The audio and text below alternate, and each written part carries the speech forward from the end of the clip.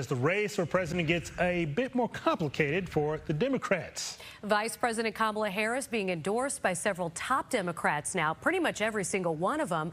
But will she for sure be the nominee?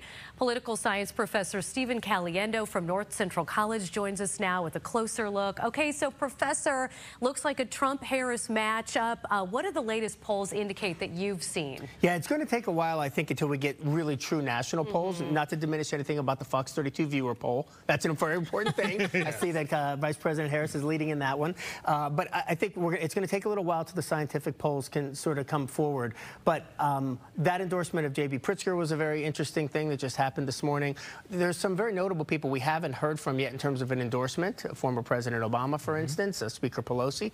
I think that might be strategic. I think that they're not that they're trying to leave the door open for somebody else, but to really cut against the narrative that the fix is in, right? And that the highest level people have all thrown their hat in right away. Certainly it made sense for President Biden to do that yesterday, given that he was stepping down. But I think some of these high-profile Democrats may wait until it seems very clear from the polls that she's going to be the nominee. Now, if it does end up being Vice President Harris, strategically, who does it make sense to pair her with on the ticket? Yeah, I mean, look, there's all kinds of strategies you can use to think about how you pick a running mate. I don't think that it matters, particular states, although we have had names pop up of people that are from Wisconsin and Pennsylvania and other important places like that, Michigan. It would be surprising to me if they put a woman on the ticket. It wouldn't disappoint me. I think that we as a country, we probably need to have a conversation why it should be shocking that we would have two women on the ticket together. But I don't think anybody's willing to risk that at this moment because there would be some questions. I imagine it would be somebody white. Again, for the same reasons that I mentioned with respect to gender, and probably somebody from the Midwest or the South. I don't think somebody else from far out west. The one name that has come up from the West, though, is Mark Kelly from Arizona. Arizona being an important state, for sure. And, of course, he has a record that a lot of people know about.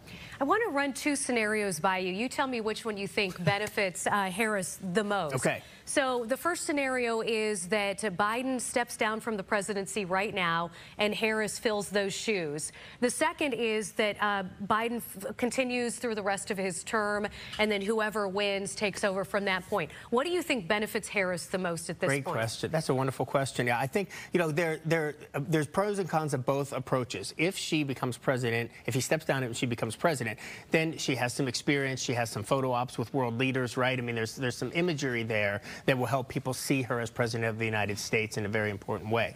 On the other hand, it's a full-time job to run and campaign for president. This is one of the issues with President Biden, right? It was one thing that he couldn't do, whether he can do one job is one thing, but whether he could do both, and he couldn't. And so it frees her up, to continue to be the vice president, which isn't as demanding, and then also run full-time for office if she stays. So I didn't answer your question because I don't know what would be better for her. But there's pros and cons, I think, of both approaches. And obviously, everything is trending towards it being Kamala Harris. But right now, Democrats have not made an official decision. Right. What is the timeline for when they need to get that done? Wonderful question. If it's up to me, for my professor role, I'd love to see it at the convention, because that's just exciting. And we haven't had a convention like that in a very long time because of the way campaign finances worked and the reforms that we had after 1968. But there's some realities about Ohio having a deadline that is before our convention, and that's one of the reasons why they were planning to have a virtual roll call, a virtual nomination between August 1st and August 7th. If that's still in play, the Democrats have to decide very, very quickly who they expect their nominee to be, because they don't want. There's no time for anybody else to campaign at that point. So more news this week, you're telling us. We're going to have more. We're going to have more news this week. Yeah. Do you have any? Maybe I'll just stay in the back. Yeah, you can do that. You can join the rest of the crew. We've a few room closets. That's you can room closet's take over. fine. Just make sure I get a bagel now and again. Okay, you got it, Professor. Thank you.